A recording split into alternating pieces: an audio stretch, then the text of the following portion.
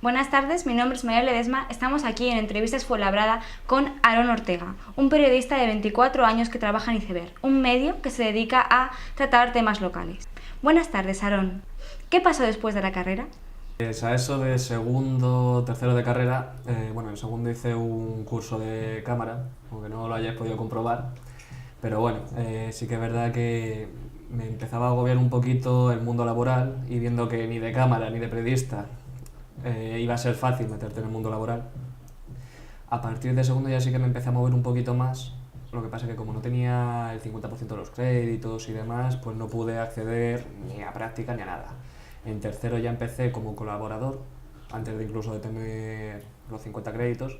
Empecé como colaborador en un medio local, haciendo deportes y tercera y preferente. Vamos, que empecé muy bien. Se llamaba El Buzón, un periódico municipal, ahí en Getafe. Y a los 2-3 meses, pues compaginé esa labor de colaborador con prácticas en el trabajo en el que estoy actualmente, que es el Iceberg. Y ahí pues ahí es donde he tocado todos los palos y donde he crecido tanto personal como laboralmente. La universidad básicamente se convertía en un trámite, las asignaturas no te aportaban nada, en realidad pues una o dos asignaturas creo que me han servido de la carrera para luego desempeñar mi labor de periodista.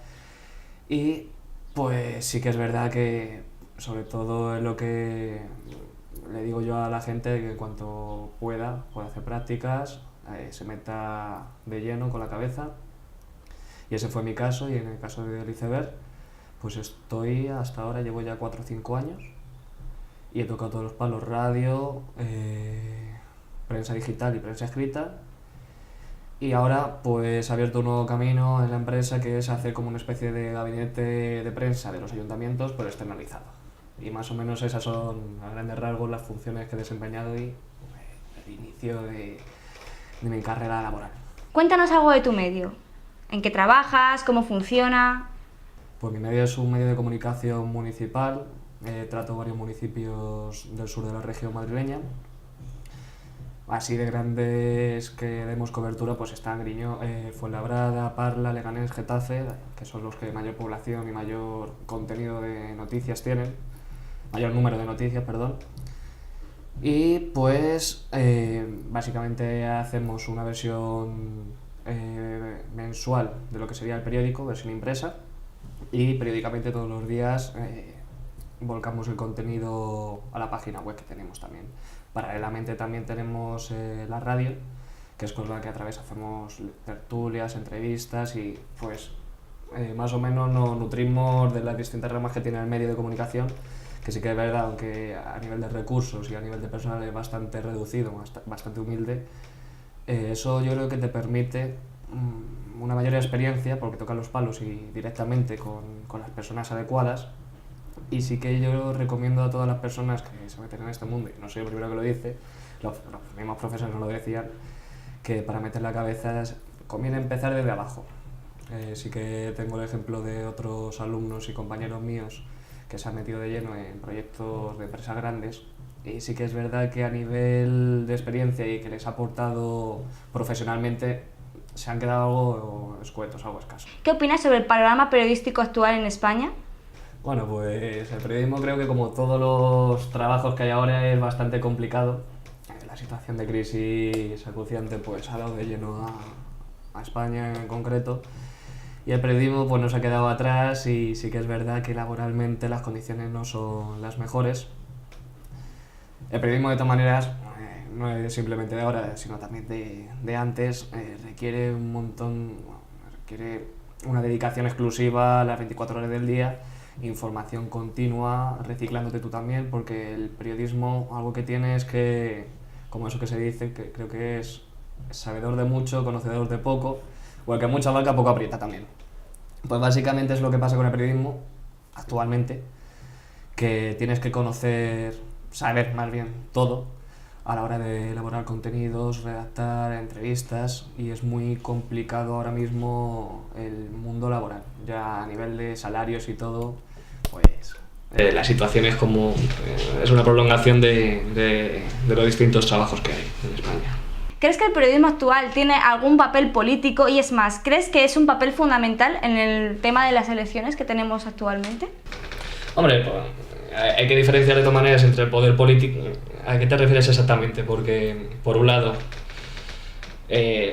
los periódicos no son, digamos, independientes, cada uno tiene también sus tendencias, pero eso obedece no exactamente, creo yo, a que el director diga, pues yo soy de izquierdas o soy de derechas o soy independiente, sino más bien a los factores económicos y de quién paga en realidad el periodismo, quién paga más bien tu medio de comunicación. Cuando digo que no es independiente es básicamente por eso, porque tú te riges, si fuese por la publicidad, ahora mismo es prácticamente nula. Por lo menos yo también hablo un poquito de mi medio de comunicación, que sí que es humilde y municipal. Pero yo creo que también trasciende a distintos niveles, a distintos ámbitos, y por lo general yo creo que es bastante común que la tendencia de los distintos periódicos pues vayan hacia un lado o hacia otro. ¿Qué puede influenciar eso en las elecciones? A ver, nosotros estamos aquí en realidad para decir las verdades o sacar los trapos sucios de cada uno de los políticos, de los que se presentan en las elecciones, hablando en este tema. Y pues eso, al fin y al cabo, dentro de la objetividad esa que nos autoimponemos, es necesaria para que haya cambios políticos. No sé si esos contenidos que volcamos nosotros a través de los distintos medios de comunicación repercuten de verdad en las personas a la hora del voto. Sí que es verdad que luego también todo esto depende de factores sociológicos, demográficos y también de los partidos, de la ideología. Hay unos que son más férreos en cuanto a sus votantes y otros que son más... Vamos, que se van. ¿Qué opinas sobre el periodismo y los papeles de Panamá? Bueno, los papeles de Panamá, lo poco que he leído yo, porque yo tengo básicamente temas municipales, pero todo esto vino a raíz de un chivatazo, una fuente, que recurrió a un periódico alemán, y este periódico alemán, pues esto creo que fue en 2014-2015, a su vez le trasladó la información que había recibido a un consorcio que hay internacional de periodistas, entre los cuales creo que hay periodistas del mundo, y pues entre todos, tú imagínate la pedazo de documentación que hay ahí, que hay que analizar minuciosamente, porque estamos hablando de expedientes e informes muy extensos y un lenguaje también muy estricto y muy cerrado, y pues se necesitaba esa labor común entre todos los profesionales de este ámbito. Y pues básicamente es una labor más, una extensión más de lo que realizamos los periodistas. Es necesario, porque gracias a eso pues ahora hemos conocido la noticia de que el ministro de Industria, Soria, acaba de dimitir por el escándalo de los papeles de Panamá. Esto, pues el tema de las offshore, de estas empresas tapadera también muchas veces, que era una de las funciones además del gabinete de abogados que se encargaba de donde salían los papeles de Panamá, era justo hacer eso, crear una especie de empresas offshore a través de las cuales pues se driblaban impuestos, algunos se libraban, otros no, y luego también el peligro que había era por tema de financiaciones. De lo que se ha advertido es que se ha podido financiar a grupos terroristas. Vamos, es lo que nosotros comúnmente conocemos como teorías conspiratorias, esto, que se vea que no es algo de película, sino que es algo palpable, algo real, y al fin y al cabo los periodistas estamos para sacar esos trapos sucios y que los que nos gobiernan nosotros tengamos conocimiento de lo que hacen con nosotros, de su dinero. Luego hay pues también artistas del mundo del artisteo que al final son personajes públicos y lo deciden ser cuando se enfrentan a la esfera pública. Y pues yo creo que al fin y al cabo es lo que redunda en la labor periodística, de difundir información, compartir información con las personas y que ellas ya juzguen o no juzguen a las personas que se ven. ¿Estás de acuerdo con la acción periodística aunque se diga que es un delito? Bueno, esto volvemos al tema de siempre, que es vamos a matar al mensajero. Y eso creo que no es lo correcto, muchas veces porque los periodistas lo que realizamos es nuestra labor. No sé si alguno sospechará de las circunstancias personales, bueno, de las circunstancias de pues casos como la trama Gürtel o tramas de este tipo que hemos tenido en España. Si los periodistas no se hubiesen hecho eco de esas informaciones que en principio, pues, por ejemplo, que están archivos bajo secreto de sumario y estas cosas, siempre que esté blindado tanto el sistema cuando tenemos constatado que las distintas vías, tanto judicial como política, no están del todo separadas y cada uno mete la mano, pues creo que incluso necesario que también el público, las personas, los civiles, conozcan esa situación en concreto y cada una de las ramificaciones que puede llegar a haber.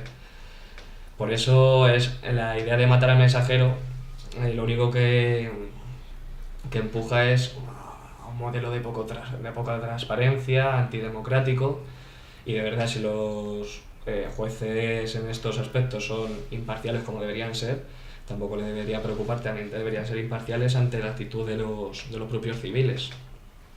Así que por mi parte, la labor periodística en ese caso no, en todo caso habría que perseguir a los que filtran, porque muchas veces el caso de los que filtran son, a nivel de política, una mujer que su marido le ha puesto los cuernos y ella ahora se va a vengar.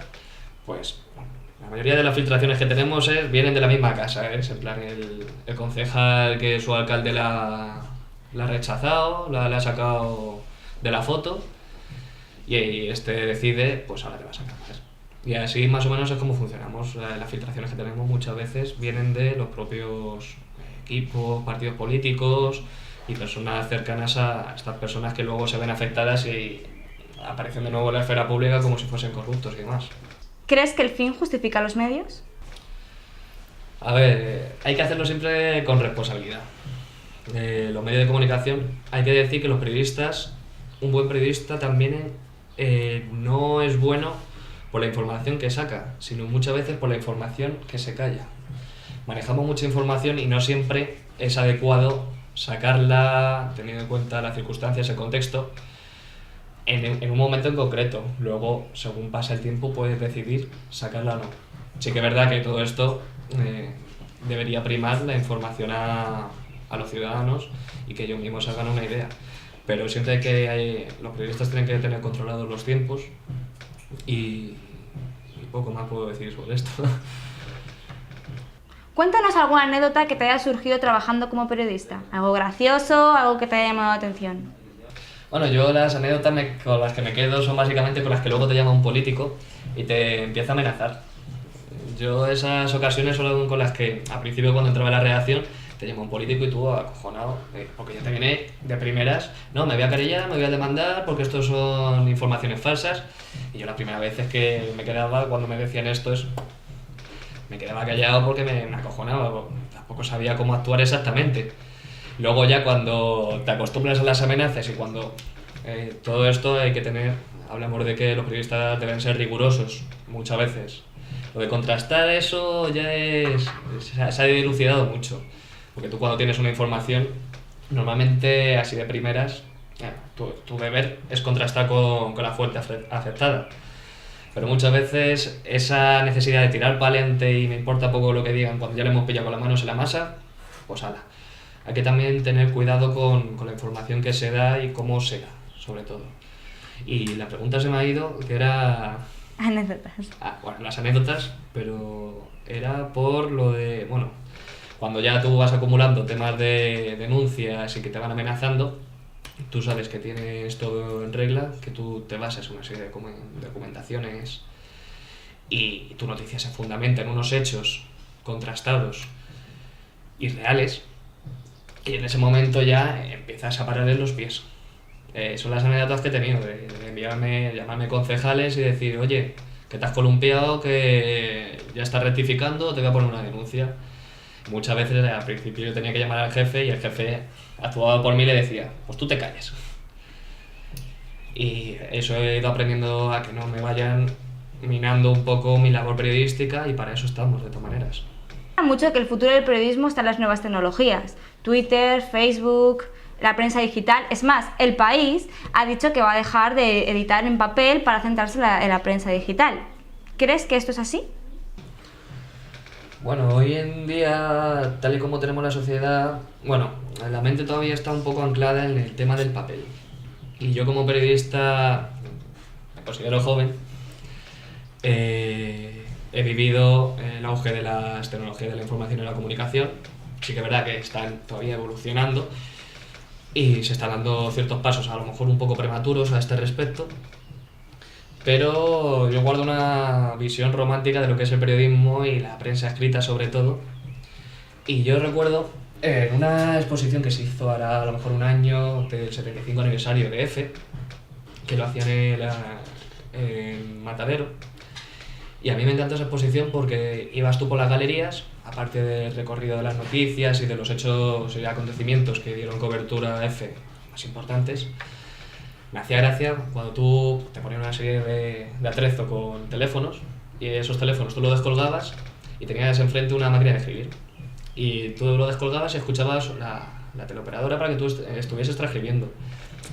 Era otro modelo. Ahora las nuevas tecnologías te dan muchas más facilidades. El trato que mantienes con el público es más directo, hay mucha más facilidad de difusión, pero también es un arma de doble filo. Entiéndeme por doble filo porque no sé hasta qué punto es beneficioso tanto nivel de información, porque una de las peores cosas que podemos tener ahora y de la que la gente, pues, lo has podido comprobar tú misma, el tema de la corrupción, pues si estás todo el día hablando de corrupción, la gente ya pues lo toma como algo normal y ya directamente pasa de leer o escuchar dicha noticia. Sobreinformación, que se le llama, yo creo que es una de las cosas que perjudican más al periodismo, y esa inmediatez que requieren las tecnologías de la información y la comunicación actualmente, como bueno, las páginas web, Facebook y Twitter, hace que muchas veces los hechos que se relatan, las informaciones, las noticias, reportajes y demás, bueno, el reportaje requiere un proceso más minucioso, pero sobre todo las noticias lo que importa es ser el primero en publicarlas. Y muchas veces se le da el demasiado tendencioso, sin contrastar, de lo que hablábamos antes, que se tiene que mantener cierta rigurosidad, pero esto es saber como una carrera a ver quién llega antes. Eso por el lado de los medios de comunicación. Luego, en cuanto a la labor, hay que decir que yo entiendo que también el periodismo debe ser tiene que tener una rama pedagógica, lo veíamos, sí que es verdad que no se veía mucho, pero el canal 2 de los documentales y todo eso tenían unos contenidos de educación, de enseñanza. Y pues hay ciertas cosas que las nuevas tecnologías de la información y la comunicación, por esa inmediatez que requieren, la velocidad de procesamiento y luego, al fin y al cabo, el público, que tú lo podrás haber comprobado, simplemente ven los Twitter y ya con eso creen que serán por informados. Y el lenguaje también que utilizamos los periodistas para condicionar lo que tenemos en prensa escrita a prensa digital, digamos que reduce el contenido, el valor formal, el lenguaje, y simplifica todo mucho para que... Sí, siempre hemos tenido que decir que muchas veces los periodistas escribimos para tontos. No para tontos, sino para que lo entiendan. Pero eso no significa hacer de la población una idiota.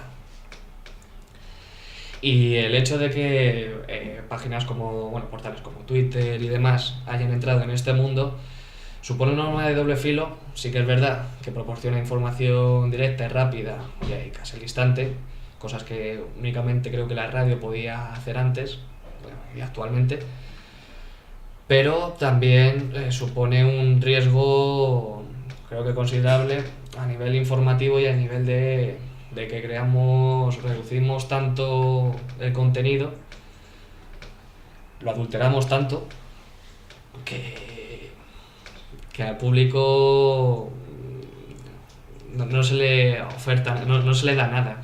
Cuesta... A ver cómo explicarlo.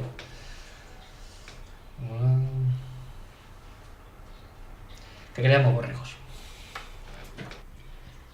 Entonces dirías que tenemos más información pero de peor calidad. Produce mucha información y es lo que... Volvemos a lo que había dicho antes, de esa sobreinformación sobre todo, de que estás atosigado, estás agobiado de la cantidad de contenidos que se te ofrecen, y también hay que decirlo de cada uno de su padre y de su madre, en función de las tendencias también de cada medio y de las directrices. Y pues yo, sin duda alguna, tengo que dar un voto también a favor de las tecnologías, de las nuevas tecnologías, porque son necesarias y así no lo quiere la sociedad. La sociedad también está evolucionando, y los medios de comunicación no se pueden quedar tampoco atrás, tienen que irse acondicionando a esas demandas que exige la ciudadanía. Así que es ni tanto ni tan calmo. Son necesarias, pero vamos a utilizarlas como corresponde, una labor rigurosa y responsable a este respecto. Bueno, Aarón, muchas gracias por venir y estar aquí con nosotros, y esto ha sido un programa más de Entrevistas Fuenlabrada.